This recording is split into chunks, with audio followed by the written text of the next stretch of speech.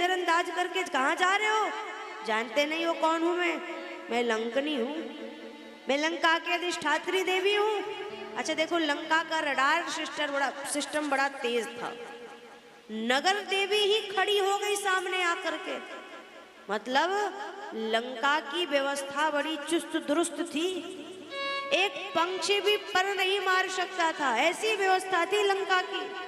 हनुमान जी इतना सूक्ष्म रूप धारण करके चले, फिर भी लंकनी ने हनुमान जी महाराज को देख लिया। जाने हूं नहीं मरम सठ मोरा, मोरे हार जहां लगी चोरा। लंकनी कहती है, अरे सठ, तू मेरा मरम नहीं जानता है, क्या बात है?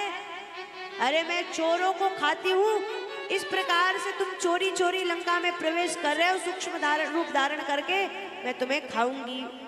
हनुमान जी ने कहा, मैं कोई लड्डू पूड़ी गुलाब जामुन रसगुल्ला हूँ क्या जो तुम मुझे खाओगी? लंकनी ने कहा, मैं लड्डू पूड़ी गुलाब जामुन रसगुल्ला नहीं खाती, मैं चोरों को खाती हूँ। हनुमान जी ने कहा, मैं तो चोर को पता लगाने के लिए आया हूँ, मैं चोर नहीं हूँ, मैं चोर का पता लगाने के लिए आया हूँ। और यदि तुम चोरों को ही खाती हो तो सबसे बड़ा चोर तो लंका में बैठा है, कौन? रावण। रेती चोर कुमार्ग गामी, खलमल राशि मंदमति कामी। सबसे बड़ा चोर तो रावण है, जिसने हमारे राघवेंद्र सरकार की धर्म पत्नी श्री किशोरी जी का हरण कर लिया है, चोरी कर लिया है। खाना है तो पहले रावण को खाओ, मुझे खाने की बात करती हो? मुझे खाओगी? लंकनी ने कहा, मैं तुम्हें खाऊंगी। हनुमान जी समझ गए, बोले जब चोर को खाने वाली व्यवस्था, चोर को पता लगाने वाले को खाने के लिए दौड़े, तो समझ जाना चाहिए कि रावण राज्य में प्रवेश हो गया है। हनुमान जी चोर को पता लगाने के लिए आए हैं, और ये चोर को खाने वाली व्यवस्था, चोर को पता लगाने वाले को खाने के लिए दौड़ रही है। यही तो रावण राज्य की विशेषता है, यही रावण राज्य है।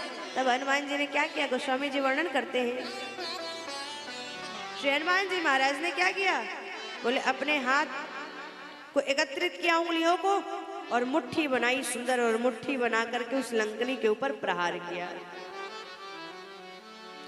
मुट्ठी का एक महा कपिहानी, मुट्ठी का